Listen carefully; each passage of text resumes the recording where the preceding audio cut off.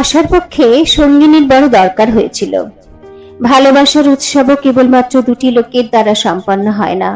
সুখালাপের মিষ্টান্ন বিতরণের জন্য বাজে লোকের দরকার হয়।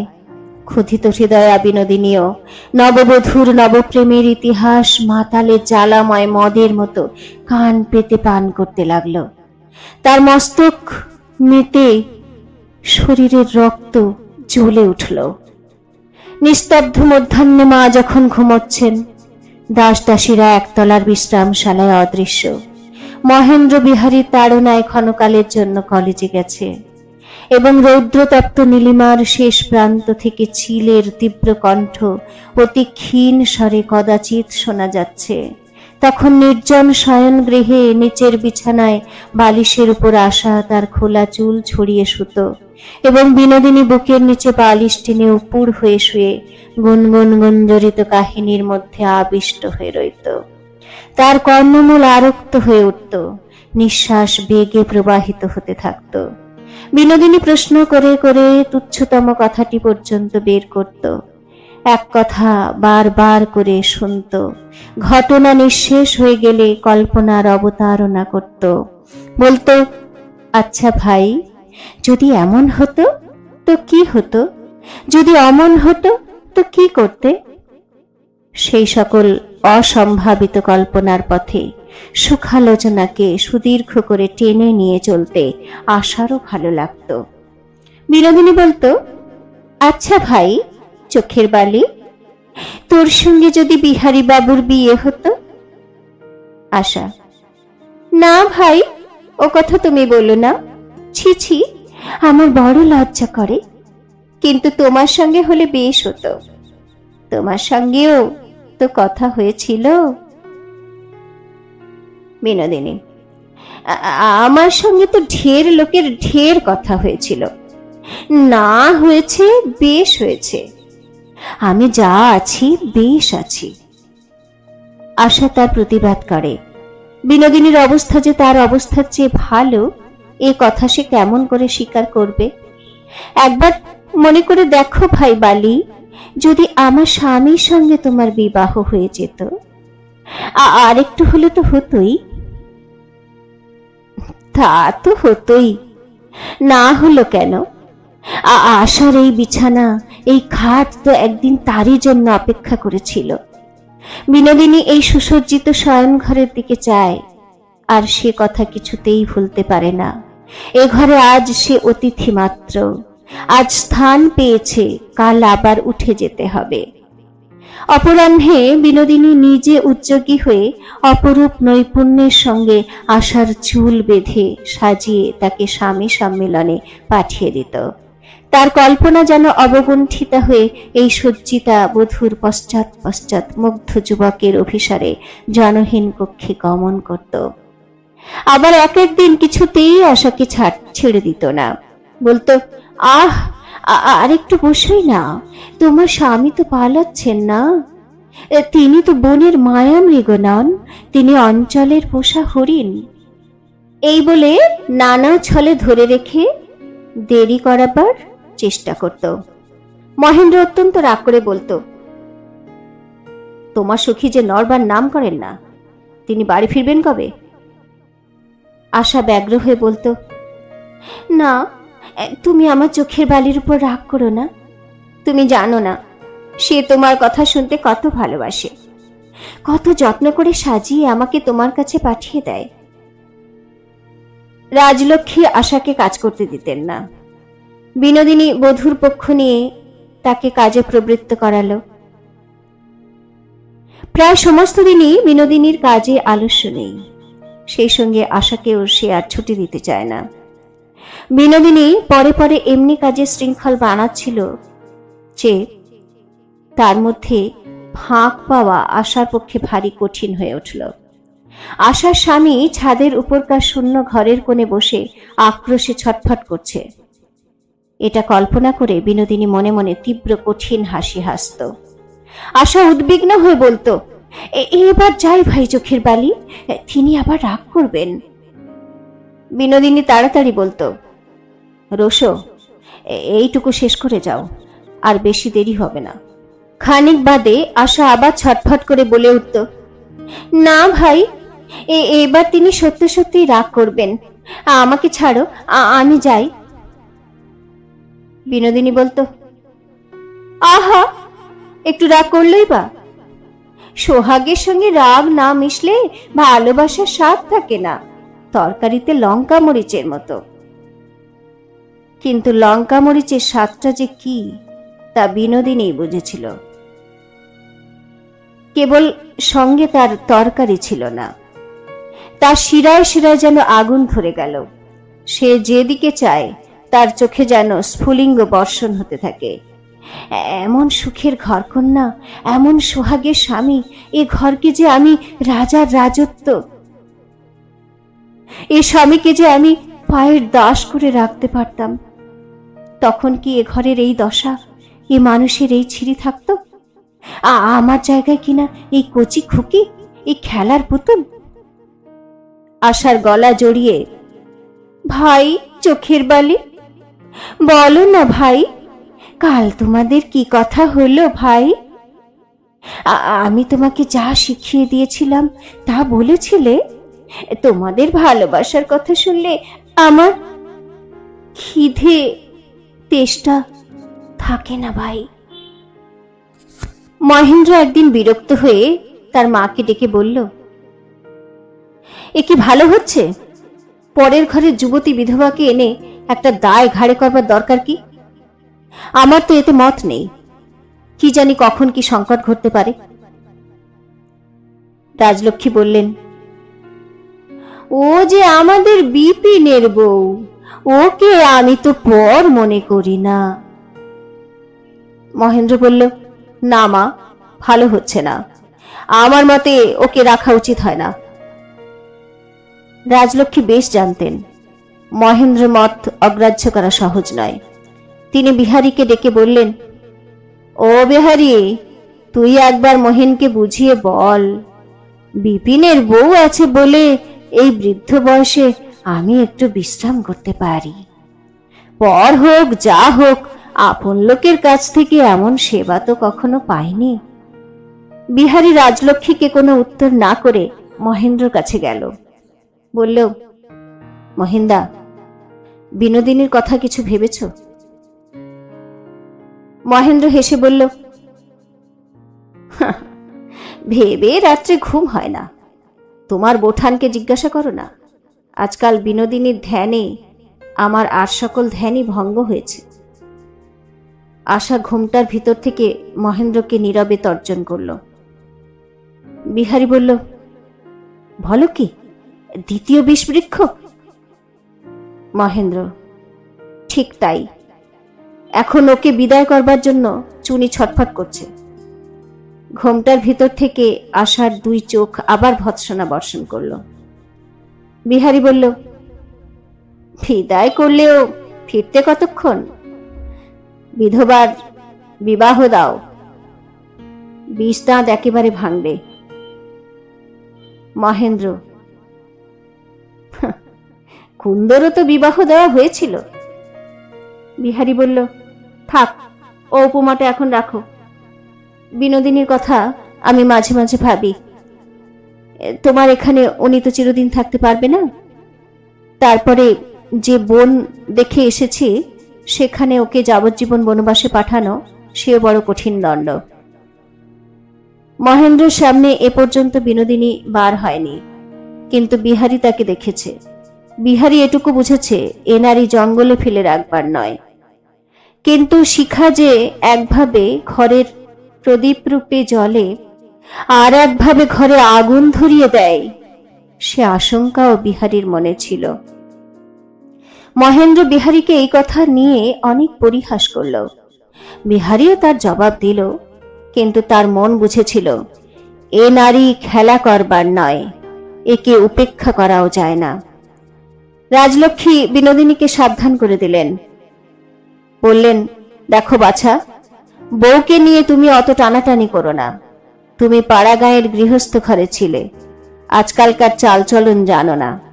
তুমি বুদ্ধিমতী, ভালো করে বুঝে চলো। এরপর বিনোদিনী অত্যন্ত আড়ম্বরপূর্বক আশাকে দূরে দূরে রাখল। বলল, আমি ভাই কে? আমার মতো অবস্থার লোক আপন মান বাঁচিয়ে চলতে না জানলে কোন দিন কি ঘটে বলা যায় কি? আশা সাদাসাদি কান্নাকাটি করে মরে। বিনোদিনী দৃঢ় প্রতিজ্ঞ। মনের কথায় আশা আকণ্ঠ পরিপূর্ণ হয়ে উঠল, কিন্তু বিনোদিনী আমল দিল না।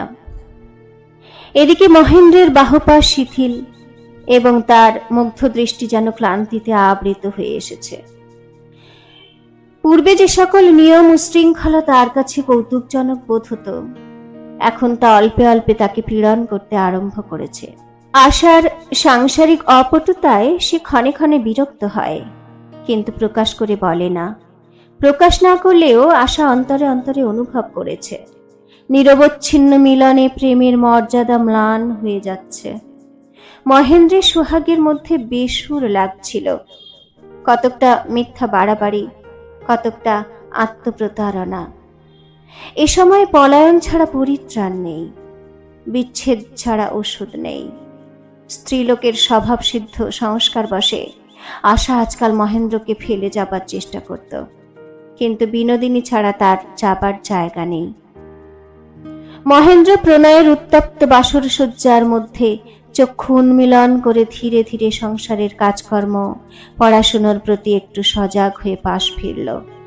ডাক্তারি বইগুলোকে নানা অসম্ভব স্থান থেকে উদ্ধার করে ধুলো ছাড়তে লাগলো, আর চাপকান প্যান্টালুন কয়টা রৌদ্রে দেবার উপক্রম করল। বিনোদিনী যখন নিতান্তে ধরা দিল না, তখন আশার মাথায় একটা ফন্দি এলো। সে বিনোদিনীকে বলল, ভাই বালি, তুমি আমার স্বামীর সামনে বার হও না কেন? পালিয়ে বেড়াও কি জন্য? বিনোদিনী অতি সংক্ষেপে এবং সতেজে উত্তর দিল, ছি ছি। আশা বলল, কেন? মার কাছে শুনেছি তুমি তো আমাদের পর নও। বিনোদিনী গম্ভীর মুখে বলল, সংসারে আপন পর কেউই নেই। যে আপন মনে করে সেই আপন, যে পর মনে বলে জানে সে আপন হলেও পর। আশা মনে মনে ভাবল, এ কথার আর উত্তর নেই। বাস্তবিকই তার স্বামী বিনোদিনীর প্রতি অন্যায় করেন, বাস্তবিকই তাকে পর ভাবেন এবং তার প্রতি অকারণে বিরক্ত হন। সেদিন সন্ধ্যেবেলায় আশা স্বামীকে অত্যন্ত আবদার করে বলল, আমার চোখের বালির সঙ্গে তোমাকে আলাপ করতে হবে। মহেন্দ্র হেসে বলল, তোমার সাহস তো কম নয়। আশা জিজ্ঞাসা করল, কেন, ভয় কিসের? মহেন্দ্র, তোমার সখীর যেরকম রূপের বর্ণনা করো সে তো বড় নিরাপদ জায়গা নয়। আশা বলল, আচ্ছা, সে আমি সামলাতে পারবো, তুমি ঠাট্টা রেখে দাও। তার সঙ্গে আলাপ করবে কিনা বলো। বিনোদিনীকে দেখবে বলে মহেন্দ্রর যে কৌতূহল ছিল না তা নয়, এমনকি আজকাল তাকে দেখবার জন্য মাঝে মাঝে আগ্রহ জন্মে। সেই অনাবশ্যক আগ্রহটা তার নিজের কাছে উচিত বলে ঠেকে না। হৃদয়ের সম্পর্ক সম্বন্ধে মহেন্দ্রর উচিত অনুচিতের আদর্শ সাধারণের অপেক্ষা কিছু কড়া, পাছে মায়ের অধিকার লেশমাত্র ক্ষুণ্ণ হয়। এই জন্য ইতিপূর্বে সে বিবাহের প্রসঙ্গ মাত্র কানে আনত না। আজকাল আশার সঙ্গে সম্বন্ধকে সে এমন ভাবে রক্ষা করতে চায় যে অন্য স্ত্রীলোকের প্রতি সামান্য কৌতূহলকেও সে মনে স্থান দিতে চায় না।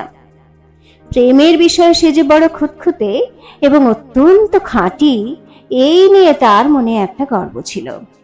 এমনকি বিহারীকে সে বন্ধু বলতো বলে অন্য কাকেও বন্ধু বলে স্বীকার করতেই চাইতো না। অন্য কেউ যদি তার কাছে আকৃষ্ট হয়ে আসতো, তবে মহেন্দ্র যেন তাকে গায়ে পড়ে উপেক্ষা দেখাতো এবং বিহারীর কাছে সেই হতভাগ্য সম্বন্ধে উপহাস তীব্র অবজ্ঞা প্রকাশ করে ইতর সাধারণের প্রতি নিজের একান্ত ঔদাসীন্য ঘোষণা করত। বিহারী এতে আপত্তি করলে মহেন্দ্র বলতো, তুমি পারো বিহারী, যেখানে যাও তোমার বন্ধুর অভাব হয় না। আমি কিন্তু যাকে তাকে বন্ধু বলে টানাটানি করতে পারি না। সেই মহেন্দ্রের মন আজকাল যখন মাঝে মাঝে অনিবার্য ব্যগ্রতা ও কৌতূহলের সহিত এই অপরিচিতার প্রতি আপনি ধাবিত হতে থাকত, তখন সে নিজের আদর্শের কাছে যেন খাটো হয়ে পড়ত। অবশেষে বিরক্ত হয়ে বিনোদিনীকে বাড়ি থেকে বিদায় করে দেবার জন্য সে তার মাকে পিড়াপিড়ি করতে আরম্ভ করল। মহেন্দ্র বলল, থাক চুনি, তোমার চোখের বালির সঙ্গে আলাপ করবার সময় কই। পড়বার সময় ডাক্তারি বই পড়ব, অবকাশের সময় তুমি আছো, এর মধ্যে সখীকে কোথায় আনবে? আশা বলল, আচ্ছা, তোমার ডাক্তারিতে ভাগ বসাবো না, আমারই অংশ আমি বালিকে দিব। মহেন্দ্র বলল, তুমি তো দেবে, আমি দিতে দেব কেন? আশা যে বিনোদিনীকে ভালোবাসতে পারে। মহেন্দ্র বলে, এতে তার স্বামীর প্রতি প্রেমের খর্বতা প্রতিপন্ন হয়। মহেন্দ্র অহংকার করে বলতো, আমার মতো অনন্যনিষ্ঠ প্রেম তোমার নেই। আশা তাকে কিছুতেই মানত না। এই নিয়ে ঝগড়া করত, কাঁদত, কিন্তু তর্কে জিততে পারত না। মহেন্দ্র তাদের দুজনের মাঝখানে বিনোদিনীকে সূচ্যগ্র স্থান ছেড়ে দিতে চায় না। এই তার গর্বের বিষয় হয়ে উঠল।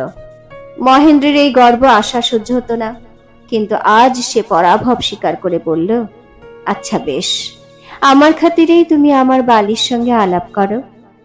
আশার কাছে মহেন্দ্র নিজের ভালোবাসার দৃঢ়তা ও শ্রেষ্ঠতা প্রমাণ করে অবশেষে বিনোদিনীর সঙ্গে আলাপ করবার জন্য অনুগ্রহপূর্বক রাজি হলো।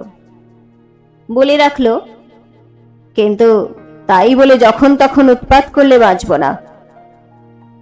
পরদিন প্রত্যুষে বিনোদিনীকে আশা তার বিছানায় গিয়ে জড়িয়ে ধরল। বিনোদিনী বলল, এ কি আশ্চর্য, চকরি যে আজ চাঁদকে ছেড়ে মেঘের দরবারে। আশা বলল, তোমাদের ওসব কবিতার কথা আমার আসে না ভাই। কেন বৃন্দাবনে মুক্ত ছড়ানো? যে তোমার কথার জবাব দিতে পারবে, একবার তার কাছে কথা শোনাও। সে বিনোদিনী বলল, সে রসিক লোকটি কে? আশা বলল, তোমার দেবর, আমার স্বামী। না ভাই, ঠাট্টা নয়, তিনি তোমার সঙ্গে আলাপ করবার জন্য পিড়াপিড়ি করছেন। বিনোদিনী মনে মনে বলল, স্ত্রীর হুকুমে আমার প্রতি তলব পড়েছে, আমি অমনি ছুটে যাব, আমাকে তেমন পাওনি। বিনোদিনী কোনো মতেই রাজি হলো না। আশা তখন স্বামীর কাছে বড় অপ্রতিভ হল। মহেন্দ্র মনে মনে বড় রাগ করল। তার কাছে বের হতে আপত্তি। তাকে অন্য সাধারণ পুরুষের মতো জ্ঞান করা। আর কেউ হলে তো এতদিনে অগ্রসর হয়ে নানা কৌশলে বিনোদিনীর সঙ্গে দেখা সাক্ষাৎ আলাপ পরিচয় করত। মহেন্দ্র যে তার চেষ্টা মাত্র করেনি, এতেই কি বিনোদিনী তার পরিচয় পায়নি? বিনোদিনী যদি একবার ভালো করে জানে, তবে অন্য পুরুষ ও মহেন্দ্রর প্রভেদ বুঝতে পারে। বিনোদিনী ও দুদিন পূর্বে আক্রোশের সঙ্গে মনে মনে বলেছিল, এতকাল বাড়িতে আছি, মহেন্দ্র যে একবার আমাকে দেখবার চেষ্টাও করে না। যখন পিসিমার ঘরে থাকি তখন কোনো ছুতো করেও যে মার ঘরে আসে না। এত উদাসীন্য কিসের? আমি কি জড় পদার্থ? আমি কি মানুষ না? আমি কি স্ত্রীলোক নই? একবার যদি আমার পরিচয় পেত, তবে আদরের চুনির সঙ্গে বিনোদিনীর প্রভেদ বুঝতে পারত। আশা স্বামীর কাছে প্রস্তাব করল, তুমি কলেজ গেছো বলে চোখের বালিকে আমাদের ঘরে আনবো, তারপরে বাইরে থেকে তুমি হঠাৎ এসে পড়বে, তা হলেই সে জব্দ হবে। মহেন্দ্র বলল, কি অপরাধে তাকে এত বড় কঠিন শাসনের আয়োজন? আশা বলল, না, সত্যি আমার ভারী রাগ হয়েছে। তোমার সঙ্গে দেখা করতেও তার আপত্তি। প্রতিজ্ঞা ভাঙব, তবে ছাড়ব। মহেন্দ্র বলল, তোমার প্রিয় সখীর দর্শনাভাবে আমি মরে যাচ্ছি না। আমি অমন চুরি করে দেখা করতে চাই না। আশা সানুনয়ে মহেন্দ্রের হাত ধরে বলল, মাথা খাও, একটিবার তোমাকে এ কাজ করতেই হবে। একবার যে করে হোক তার গুমর ভাঙতে চাই, তারপর তোমাদের যেমন ইচ্ছা তাই করো। মহেন্দ্র নিরুত্তর হয়ে রইল। আশা বলল, লক্ষ্মীটি, আমার অনুরোধ রাখো। মহেন্দ্রের আগ্রহ প্রবল হয়ে উঠছিল, সেই জন্য অতিরিক্ত মাত্রায় উদাসীন্য প্রকাশ করে সম্মতি দিল। শরৎকালের স্বচ্ছ নিস্তব্ধ মধ্যাহ্নে বিনোদিনী মহেন্দ্রের নির্জন শয়ন গৃহে বসে আশাকে কার্পেটের জুতো বুনতে শেখাচ্ছিল। আশা অন্যমনস্ক হয়ে ঘন ঘন দ্বারের দিকে চেয়ে গণনায় ভুল করে বিনোদিনীর কাছে নিজের অসাধ্য অপটুত্ব প্রকাশ করছিল। অবশেষে বিনোদিনী বিরক্ত হয়ে তার হাত থেকে কার্পেট টান মেরে ফেলে দিয়ে বলল, ও তোমার হবে না, আমার কাজ আছে, আমি যাই। আশা বলল, আর একটু বসো, এবার দেখো আমি ভুল করব না, বলে আবার সেলাই নিয়ে পড়ল। ইতিমধ্যে নিঃশব্দ পদে বিনোদিনীর পশ্চাতে দ্বারের নিকট মহেন্দ্র এসে দাঁড়ালো। আশা সেলাই থেকে মুখ না তুলে আস্তে আস্তে হাসতে লাগলো। বিনোদিনী বলল, হঠাৎ হাসির কথা কি মনে পড়ল? আশা আর থাকতে পারল না, উচ্চকণ্ঠে হেসে উঠে কার্পেট বিনোদিনীর গায়ের উপর ফেলে দিয়ে বলল, না ভাই, ঠিক বলেছ, ও আমার হবে না, বলে বিনোদিনীর গলা জড়িয়ে দ্বিগুণ হাসতে লাগলো। প্রথম থেকেই বিনোদিনী সব বুঝেছিল। আশার চাঞ্চল্যে এবং ভাবভঙ্গিতে তার কাছে কিছুই গোপন ছিল না। কখন মহেন্দ্র পেছনে এসে দাঁড়িয়েছে তাও সে বেশ জানতে পেরেছিল। নিতান্ত সরল নিরীহের মতো সে আশার এই অত্যন্ত ক্ষীণ ফাঁদের মধ্যে ধরা দিল। মহেন্দ্র ঘরে ঢুকে বলল, হাসির কারণ থেকে আমি হতভাগ্য কেন বঞ্চিত হই? বিনোদিনী চমকিয়ে মাথায় কাপড় টেনে উঠবার উপক্রম করল। আশা তার হাত চেপে ধরল। মহেন্দ্র হেসে বলল, হয় আপনি বসুন, আমি যাই, নয় আপনিও বসুন, আমিও বসি। বিনোদিনী সাধারণ মেয়ের মতো আশার সঙ্গে হাত কাড়াকাড়ি করে মহা কোলাহলে লজ্জার ধুম বাঁধিয়ে দিল না। সহজ সুরেই বলল, কেবল আপনার অনুরোধেই বসলাম, কিন্তু মনে মনে অভিশাপ দেবেন না। মহেন্দ্র বলল, এই বলে অভিশাপ দেব? আপনার যেন অনেকক্ষণ চলৎ শক্তি না থাকে। বিনোদিনী বলল, সে অভিশাপকে আমি ভয় করি না, কেননা আপনার অনেকক্ষণ খুব বেশিক্ষণ হবে না, বোধহয় সময় উত্তীর্ণ হয়ে আসলো। বলে আবার সে উঠবার চেষ্টা করল। আশা তার হাত চেপে ধরে বলল, মাথা খাও, আরেকটু বসো।